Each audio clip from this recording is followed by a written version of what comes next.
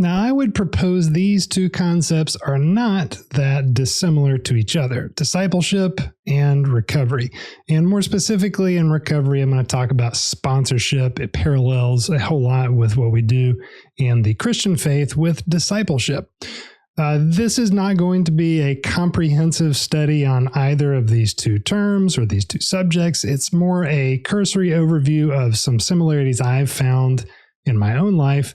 And I will start out by kind of talking about a little bit of my story, what brought me to the point in my current faith that I am, how recovery sort of brought me back to a faith that I grew up in and really guided me in a lot of ways in how I view discipleship today, taking the concepts and the practices and some of the best principles out of recovery programs, 12-step recovery programs. Now, I will be talking specifically about the AA, the Alcoholics Anonymous 12-step program. That is simply by nature of the fact that when I went to treatment, when I got sober, cleaned up, that was the program I was introduced to, as was virtually everyone else in there. It is the program that all the others, NA, CA, SA, all the A's stem from. Pretty much everything traces back there, and the 12 steps, as many of you may have heard of these 12-step programs, those concepts are virtually identical with some slight variations throughout the program. So, disclaimer out of the way, that's what I'm going to be talking about because it's what I have experience with. There are many other helpful programs. And then today, there are also many programs that combine the two, like Celebrate Recovery. Not going to be diving into that. I'm going to talk about 12-step programs, AA specifically, and then discipleship here in the church. Okay, so how are we going to do this? I had my Shawshank moment on Grigsby Chapel Road on a Sunday morning. This was in 2002. And I was walking home pretty much broke, didn't have anywhere else to stay. My parents had kicked me out of the house a little while prior to that. I had kept drinking and using after they found out about it, and I tried to get cleaned up and then failed to do that on my own. And I was walking home and had, in hindsight, a Shawshank moment. And let me tell you what I mean by that.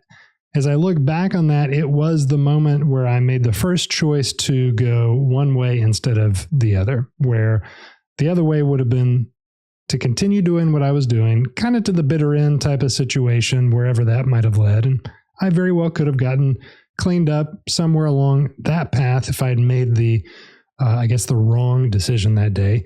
But on that morning, I just had this crossroads that I very vividly remember in my mind of, I am screwed. I can't go on drinking and using and doing this stuff. And I can't imagine continuing, but I also can't imagine not doing it. I had become so physically dependent upon it, as well as mentally and spiritually just void without these substances, that I was in this stuck place of not knowing how to get out and not knowing how to continue. So how did I get there?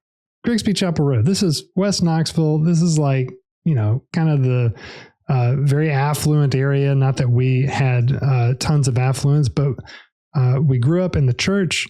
We grew up with the Christian faith, loving household, parents together, 2 younger brothers, granddaddy lived with us, everybody. It was like a very model upbringing. Well, let me just tell you what did happen to me. I got brought up in the church, CSPC, and that was all good until about high school age. And in high school, started getting curious, started experimenting, started hanging out with some of the wrong people, not enough of the right people, and got into stuff over my head very quickly.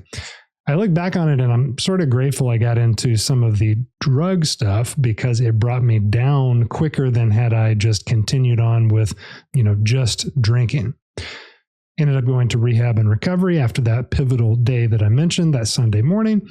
And for about, 4 or 5 years of recovery, I was very active and involved in the 12-step programs, in attending, weekly meetings, 4, 5, sometimes 6, 7 meetings a week in these fellowship and community atmospheres that are emphasized in AA and in other 12-step programs. I was very involved in this. I was involved in working the steps and then showing others how to work them through sponsorship that I'll talk about. But what happened is that I kind of realized all roads stemmed from and were leading back to my childhood faith, my Christian faith. The 12 steps come, I'm not going to get into the history of it, but most of them come straight out of Scripture and Christian literature from the 1930s, late 30s, early 40s when this stuff was written. And then what started happening for me as I was leading or being led back to, called back to the Christian faith in conjunction with recovery. So it's not like I walked away from recovery to do faith again. It's like both and, not either or. I was realizing for the first time what Paul talks about in Philippians and probably other places too, this idea of putting things into practice of, hey, if you've learned these things from me, if you've learned anything, go put it into practice. Go do likewise for others. And, we certainly had that impressed upon us in the middle school and the high school ministries at church, but I hadn't really lived at that point. And here, after I had gone out and really done the prodigal son routine in addiction and come back to sobriety and then started really trying to act as though I were kind of an act as if type of situation, going through the motions of this 12-step program, it was impressed upon me that, hey, if you're going to have lasting sobriety, if this is going to actually mean something in your life, you need to put it into practice. You need to carry this message to other people. And in fact, that's part of the 12 steps. The 12th step itself is we tried to carry the message and to practice the principles in all our affairs. So I ended up going back to faith, started learning how by example to put it into practice, and then started actively trying to pay it forward. And as I began sponsoring people myself in recovery in the 12-step program, I began to really start to get this nagging itch that, you have these moments or these periods rather, I guess, seasons of spiritual growth. I had this sense that, there was more to be had here. Like my life was not to be consigned with going to AA meetings, guiding people through the 12 steps, rinse and repeat. And make no mistake, it has consisted of that ever since, but I had to go deeper. I had to come back to Christ, really. All right, so let's talk about what discipleship is in the church. I went over to the Navigator's website, and they've got like a pretty concise breakdown paragraph of what they envision discipleship in the Christian church as, and it has these components of belief in Jesus Christ as our personal Savior, and then a learning more about Him, learning more about the faith walk that we're involved in, and then this striving to live by example, to live by His example, so that we can show others that way. And we've got these 4 components of how we show others, because discipleship largely is about a spiritual growth that we encourage and build each other up in and to. And it involves witnessing to people about Jesus specifically. It involves praying with one another. It involves studying, this way of life with each other. And then it involves a communal aspect, this fellowship with each other. Okay, so that's great. Like, that's kind of the accepted views on discipleship, and a very, again, like I said at the beginning, boiled down version. What does that have to do with AA and sponsorship? What is a sponsor? So you might think of a disciple, situation like discipleship. You've got a mentor, teacher, and then discipling the person in the faith. Well, sponsor is similar in that we are people who have gone through the 12 steps. We've gone through a past of addiction, and we've found a way out.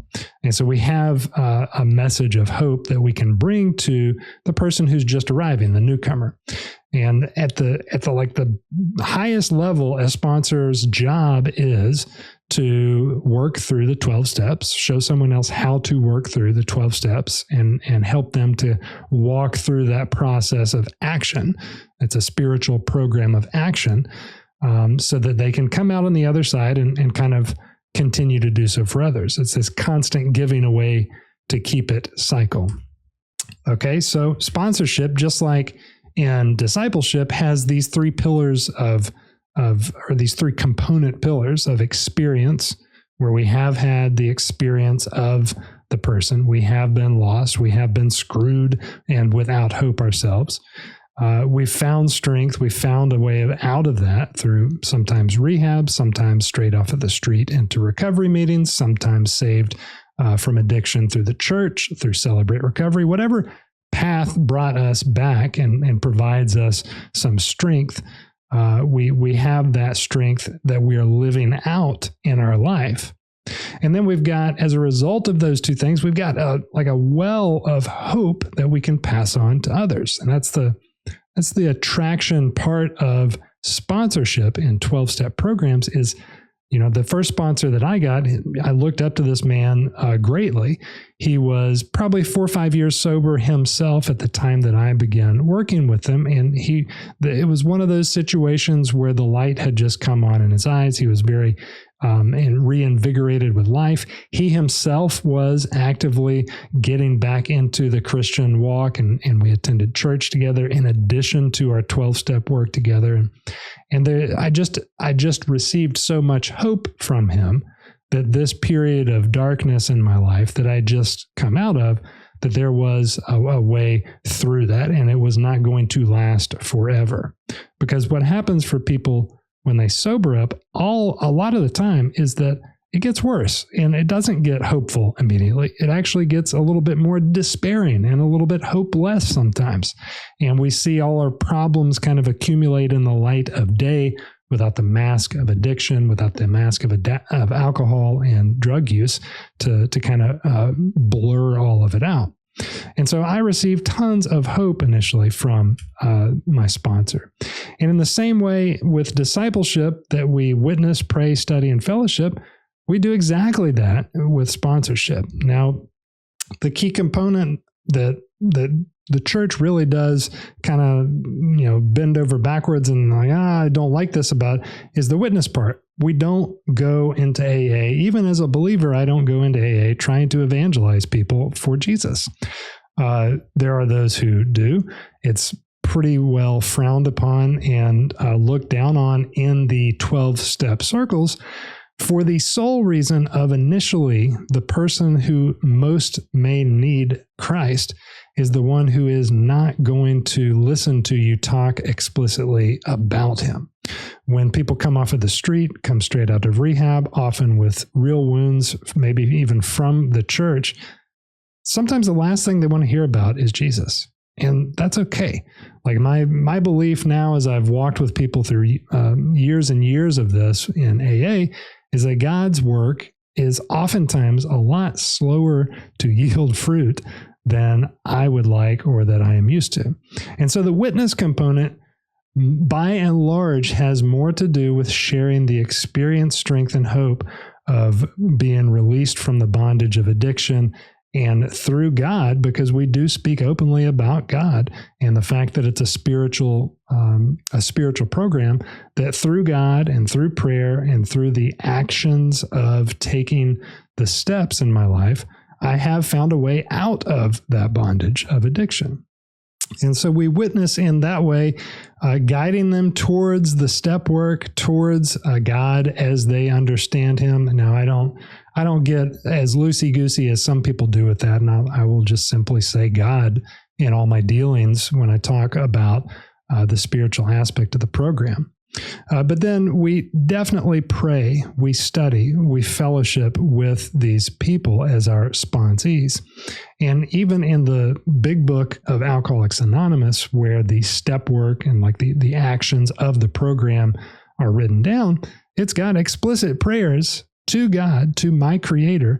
God, I offer myself to you to build with me and do with me as you will. Take away my difficulties, that victory over them would bear witness to you. my Creator. Take all of me, the good and the bad. Verbiage like that. So there are explicit prayers in the same way there are explicit prayers in the Bible. And in fact, a lot of meetings, the one that I host at Cedar Springs included, close many of them with a joint recitation of the Lord's Prayer.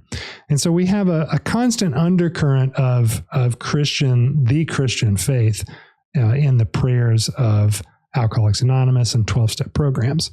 The studying component is even more explicit than a lot of Bible studies and stuff that I've been a part of, because we have this 12, we have the 12 steps, and it's like, hey, these are steps to study in the book, in the literature, and then work through with a sponsor. They're specific things that we are to do.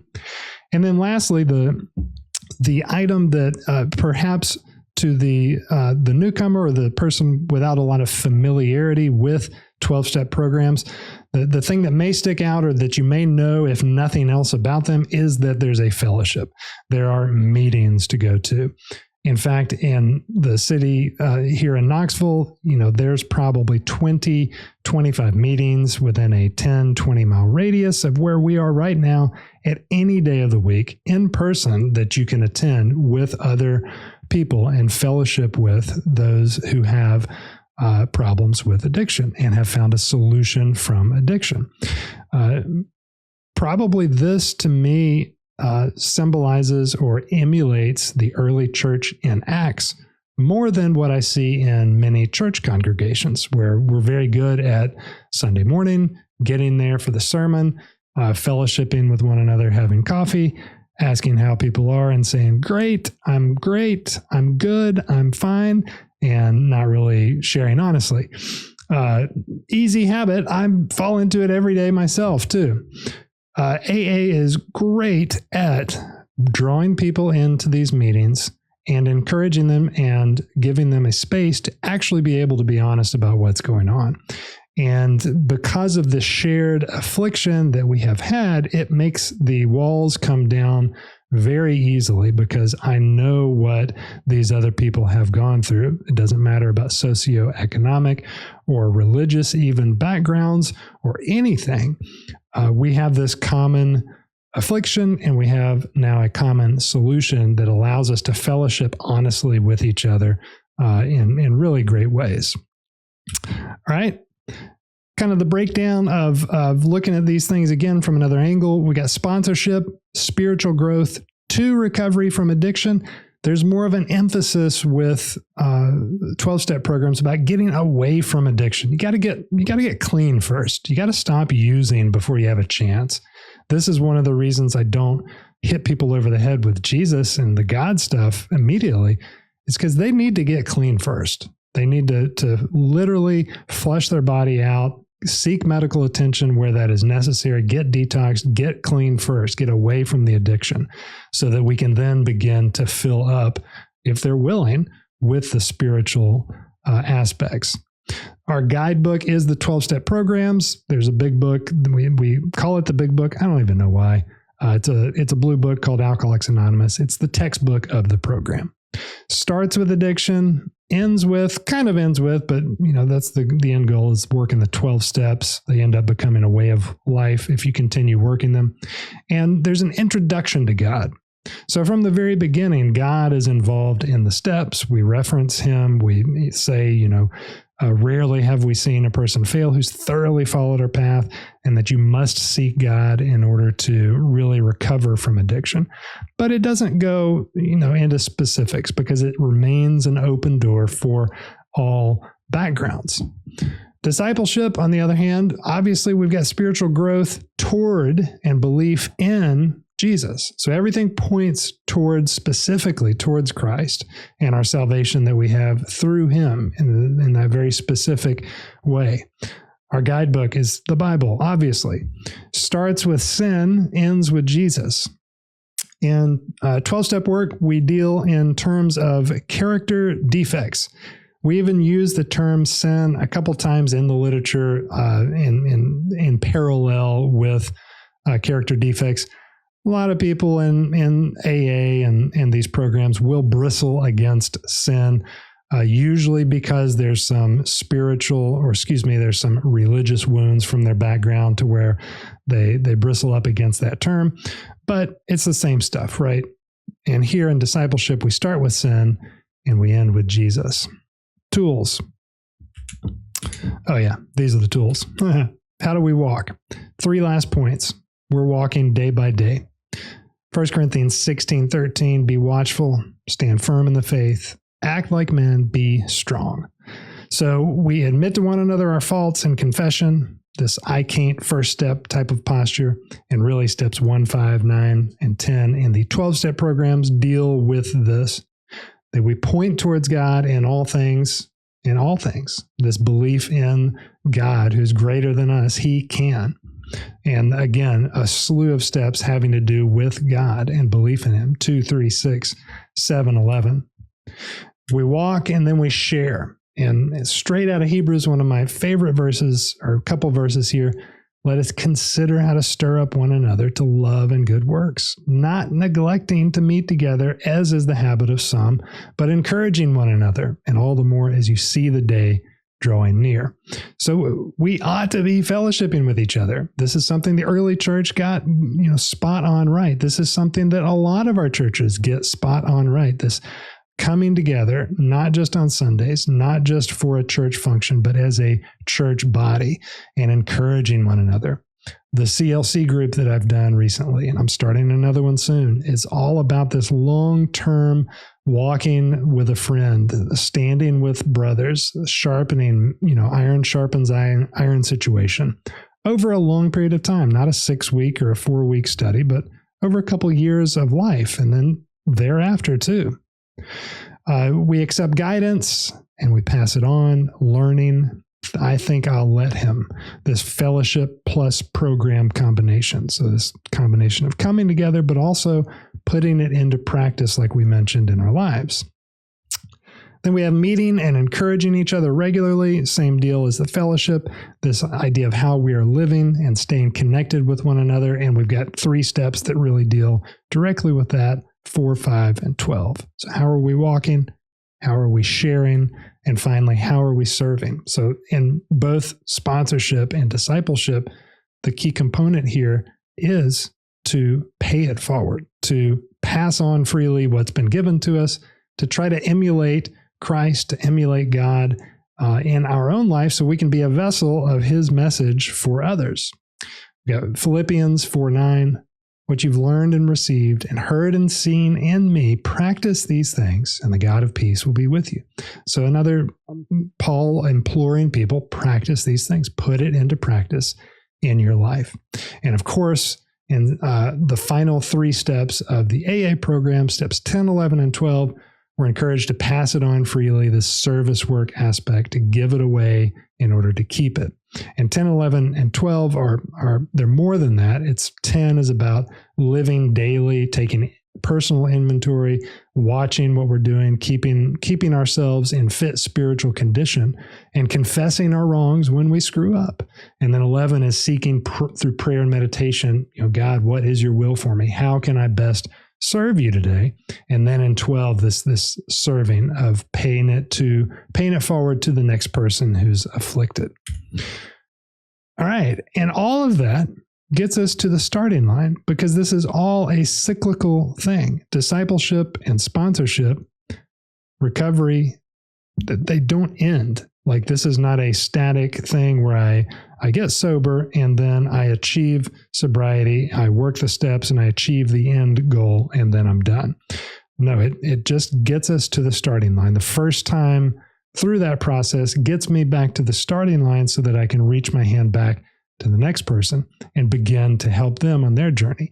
And I continue to do that. And different seasons are better for that than others. And I have 4 kids now, and I had 0 and not even a wife when I first started sponsoring people. And so it was a really large component of my day in, day out work throughout the week. And it's less so today, but I still go through these principles and try to live it out in my life. Similarly, we're called to do that with discipleship in the church. Matthew 28, 18 through 20. where it's the Great Commission, and Jesus commands us to go out and make disciples of all nations, baptizing them in the name of the Father, Son, and the Holy Ghost, and then teaching them to obey all that he has commanded. And he reminds us that he's surely with us until the end. So he's there. He's going to be doing the work through us, and that we always ought to be pointing back to him. Same as with sponsorship, allowing that message to flow through us as the vessel for it.